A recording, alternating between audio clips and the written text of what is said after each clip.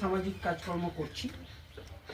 তো আমরা ইতিমধ্যে আমাদের শুধু জেলা না, আমাদের জেলার বাইরেও পুরুলিয়াতে গিয়েও আমরা মানুষের সেবায় নিজেদেরকে নিয়োজিত রেখেছিলাম।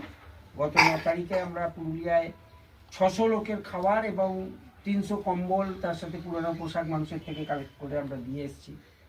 তো আমরা বিগত এই 23শে জানুয়ারি নেতাজির জন্মদিবস এবং 26শে জানুয়ারি প্রজাতন্ত্র দিবসকে সামনে রেখে আমরা এতদ অঞ্চলের সমস্ত প্রাইমারি স্কুলগুলোতে বাচ্চাদের হাতে একটু কেক বিস্কুট উপহার তুলে দেওয়ার চেষ্টা করেছিলাম। সে কাজটা আমরা করেছি। আমরা আজকে এই রঘুনাথপুর অঞ্চলের সমস্ত অঙ্গনওয়াড়ি সেন্টারগুলোতে যে বাচ্চারা রয়েছে তাদের হাতে একটু এই কেক বিস্কুট তাদের খুশি করার জন্য তাদের উপহার হিসাবে এই কেক বিস্কুট তুলে দেওয়ার কাজটা করছি। সেই অনুযায়ী আজকে আমরা এই সেন্টারটাতেও এসেছি, এদের হাতে একটু দিয়ে আমরা ওদেরকে আনন্দ দেওয়ার জন্য, অন্য আর কিছু না, এটা তুলে দিতে চাই। আমরা রঘুনাথপুর সহযোগী।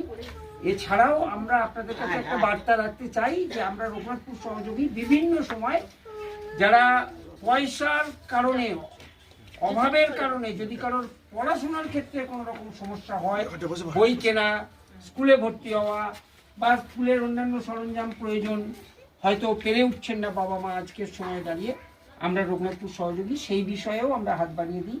আমরা যতটা সাধ্য আমাদের পক্ষ থেকে আমরা সেই কাজটা করি। আপনাদের কাছে এরকম কেউ থাকলে, এরকম কোনো সমস্যা কারোর থাকলে, জানা থাকলে সেটা আপনারা আমাদের সাথে যোগাযোগ করবেন। আমাদের কর্মীরা থাকে।